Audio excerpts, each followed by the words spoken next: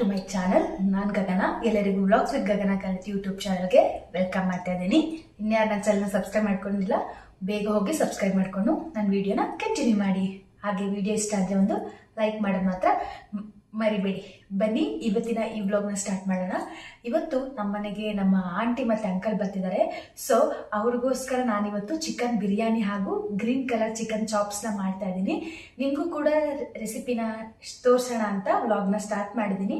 ಬನ್ನಿ ನಾನು ಯಾವ ರೀತಿ ಮಾಡ್ತೀನಿ ಅಂತ ನಿಮಗೂ ಕೂಡ ತೋರಿಸ್ತೀನಿ. ಫಸ್ಟು ನಾನಿಲ್ಲಿ ಮಸಾಲೆಗಳನ್ನ ರೆಡಿ ಮಾಡ್ಕೊಂಡಿದ್ದೀನಿ. ಡ್ರೈ ಮಸಾಲೆ ಏನೇನು ಅಂದರೆ ಚಕ್ಕೆ ತಗೊಂಡಿದ್ದೀನಿ, ಹಾಗೆ ಸ್ಟಾರ್ ಹೂವು, ಸೋಂಪು, ಮೇನ್ ಇಂಗ್ರೀಡಿಯೆಂಟ್ ಬಂದ್ಬಿಟ್ಟು ಕಲ್ಲುವು, ಸ್ವಲ್ಪ ಕಸೂರಿ ಮೇಥಿ, ಹಾಗೆ ಪಲಾವ್ ಎಲೆ, ಹಾಗೆ 2 ಏಲಕ್ಕಿ ತಗೋಬೇಕು. ಮಸಾಲಾನ ಆಲ್ರೆಡಿ ರೆಡಿ ಮಾಡ್ಕೊಂಡಿದ್ದೀನಿ. ಇದಕ್ಕೆ ಏನೇನು ಹಾಕ್ಕೊಂಡಿದ್ದೀನಿ ಅಂತ ಅಂದರೆ 3 ಈರುಳ್ಳಿ, ಒಂದು 4 ಬೆಳ್ಳುಳ್ಳಿ, 1.5 ಇಂಚಷ್ಟು ಶುಂಠಿ, 1-2 ಏಲಕ್ಕಿ, ಚಕ್ಕೆ, ಲವಂಗ, ಮೆಣಸು ಮತ್ತೆ ಪುದೀನ, ಕೊತ್ತಂಬರಿ ಸೊಪ್ಪು ಇಷ್ಟನ್ನು ಹಾಕಿ ಮತ್ತೆ ಹಸಿಮೆಣಸಿನ್ಕಾಯಿ ಇಷ್ಟನ್ನು ಹಾಕಿ ಪೇಸ್ಟ್ ಮಾಡಿ ರೆಡಿ ಮಾಡ್ಕೊಂಡಿದ್ದೀನಿ. ಹಾಗೆ ಒಗ್ಗರಣೆಗೆ 2 ಈರುಳ್ಳಿನ ನಾನು ಇಟ್ಕೊಂಡಿದ್ದೀನಿ ಉದ್ದುದ್ವಾಗೆ, ಹಾಗೆ 2 ಟೊಮೊಟೊನ ಸಣ್ಣದಾಗೆ ಹಚ್ಕೊಂಡು ಇಟ್ಕೊಂಡಿದ್ದೀನಿ. ಹಾಗೆ ಮೇನ್ ಇಂಗ್ರೀಡಿಯೆಂಟು ಚಿಕನ್ನು. ನಾನಿಲ್ಲಿ 2.5 ಲೋಟ ರೈಸ್ ಹಾಕಿ ಚಿಕನ್ ಬಿರಿಯಾನಿ ಮಾಡ್ತಿರೋದು. ಅದಕ್ಕೆ ನಾನು ಆಲ್ಮೋಸ್ಟ್ ಒಂದು ಅರ್ಧ ಕೆಜಿಗಿಂತ ಜಾಸ್ತಿ, 1 ಕೆಜಿಗಿಂತ ಕಮ್ಮಿ, 1/4 ಕೆಜಿ ಅಷ್ಟು ನಾನಿಲ್ಲಿ ಚಿಕನ್ನ ತಗೊಂಡಿದ್ದೀನಿ. ಚಿಕನ್ ಜಾಸ್ತಿ ಇದ್ದಷ್ಟು ಬಿರಿಯಾನಿ ಟೇಸ್ಟ್ ಬರುತ್ತೆ.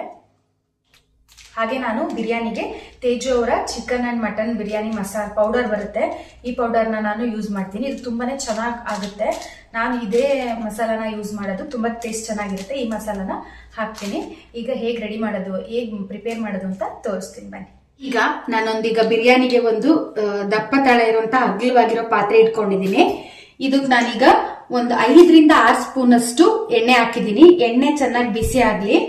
ಎಣ್ಣೆ ಬಿಸಿ ಆದ್ಮೇಲೆ ನಾನು ಇದಕ್ಕೆ ಅವಾಗಲೇ ಎಲ್ಲ ಡ್ರೈ ಮಸಾಲಾಗಳು ರೆಡಿ ಮಾಡಿ ಇಟ್ಕೊಂಡಿದ್ನಲ್ಲ ಅದನ್ನ ಹಾಕೋತಾ ಇದ್ದೀನಿ. ಎಲ್ಲ ಈಗ ಇದಕ್ಕೆ ಡ್ರೈ ಇಂಗ್ರೀಡಿಯೆಂಟ್ಸ್ ಏನೇನು ಇಟ್ಕೊಂಡಿದ್ವಿ, ಗರಂ ಮಸಾಲಾಗಳು ಅದೆಲ್ಲ ಹಾಕೊಂಡು ಫ್ರೈ ಮಾಡ್ಕೊಂಡಿದ್ದೀನಿ. ಹಾಗೆ ಇದಕ್ಕೆ 2 ಈರುಳ್ಳಿ ಉದ್ದುದ್ದಕ್ಕೆ ಹೆಚ್ಚಿಟ್ಕೊಂಡಿದ್ನಲ್ಲ ಅದನ್ನು ಕೂಡ ಹಾಕಿ ಚೆನ್ನಾಗಿ ಗೋಲ್ಡನ್ ಬ್ರೌನ್ ಬರೋವರೆಗೂ ನಾವು ಇದನ್ನ ಫ್ರೈ ಮಾಡ್ಕೋಬೇಕು. ಈಗ ನಾನು ಇದಕ್ಕೆ ಚಿಕನ್ ಹಾಕೊಂತಾ ಇದ್ದೀನಿ. 1/4 ಕೆಜಿ ಅಷ್ಟು ಚಿಕನ್ ಹಾಕೊಂತಾ ಇದ್ದೀನಿ. ಈಗ ಸ್ವಲ್ಪ ಅರಿಶಿನ ಪುಡಿನ ಹಾಕೋಬೇಕು. ಹಾಗೆ ಸ್ವಲ್ಪ ನಾನು ಚಿಲ್ಲಿ ಪೌಡರ್ ಹಾಕ್ತೀನಿ. ಚಿಕನ್ಗೆ ಚೆನ್ನಾಗಿ ಖಾರ ಇಟ್ಕೊಳ್ಳುತ್ತೆ. ಸ್ವಲ್ಪ ರುಚಿಗೆ ಎಷ್ಟು ಬೇಕೋ ಅಷ್ಟು ನೋಡ್ಕೊಂಡು ನಾವು ಸಾಲ್ಟ್ನ ಹಾಕೋಬೇಕು. ಹಾಕೊಂಡು ಚೆನ್ನಾಗಿ ಮಿಕ್ಸ್ ಮಾಡಬೇಕು. ಚಿಕನ್ನ ಚೆನ್ನಾಗಿ ನಾವು ಆಲ್ಮೋಸ್ಟ್ 1/4% ಫ್ರೈ ಮಾಡ್ಕೋಬೇಕು. ಚೆನ್ನಾಗಿ ಹಸಿ ವಾಸನೆ ಹೋಗೋವರೆಗೂ ಚೆನ್ನಾಗಿ ಚಿಕನ್ ಅಲ್ಲಿರೋ ನೀರೆಲ್ಲ ಪೂರ್ತಿ ಅಬ್ಸರ್ವ್ ಆಗೋವರೆಗೂ ನಾವು ಫ್ರೈ ಮಾಡ್ಕೋಬೇಕು. ಚಿಕನ್ ನೋಡಿ ಈ ತರ ಪೂರ್ತಿ ಚೆನ್ನಾಗಿ ನಾವು ಇದನ್ನ ಫ್ರೈ ಮಾಡ್ಕೋಬೇಕು. ಹಸಿ ವಾಸನೆ ಎಲ್ಲ ಹೋಗಬೇಕು ಚೆನ್ನಾಗಿ. ಬಿರಿಯಾನಿಲಿ ಕೆಲವರು ಬಿರಿಯಾನಿ ಮಾಡಿದಾಗ ಚಿಕನ್ ಪೀಸಸ್ ಉಪ್ಪು ಖಾರನೇ ಹಿಡ್ದಿರಲ್ಲ, ಸಪ್ಪೆ ಇರುತ್ತೆ.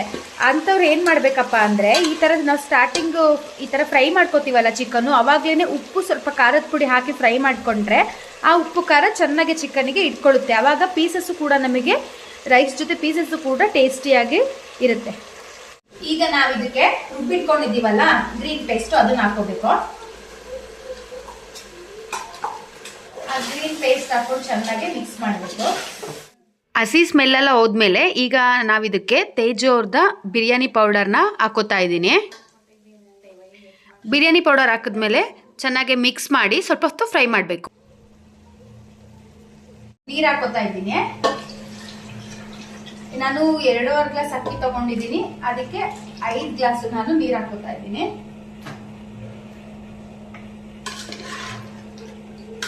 ನೀರು ಹಾಕೊಂಡು ಕುದಿ ಬರೋವರೆಗೂ ವೇಟ್ ಮಾಡಬೇಕು. ಕುದಿ ಬಂದಾದ್ಮೇಲೆ ಇದಕ್ಕೆ ತೊಳೆದಿರೋಂತ ಅಕ್ಕಿ ಹಾಕ್ಬೇಕು.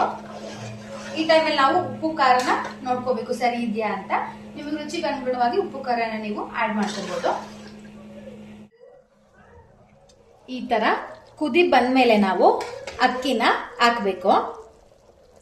ಕುದಿತಾ ಇದೆ, ಇದಕ್ಕೆ ನಾನೀಗ ತೊಳೆದಿಟ್ಕೊಂಡಿರೋಂತ ಅಕ್ಕಿನ ಹಾಕ್ತಾ ಇದ್ದೀನಿ.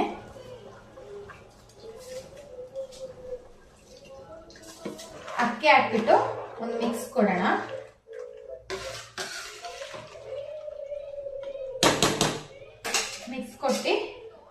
ಮುಚ್ಚಿ ಬೇಯಕ್ಕೆ ಬಿಡಬೇಕು. ಈ ತರ ನೋಡಿ 75% ಕುಕ್ ಆದ್ಮೇಲೆ ನಾವೀಗ ಇದನ್ನ ದಮ್ ಕಟ್ಟಬೇಕು.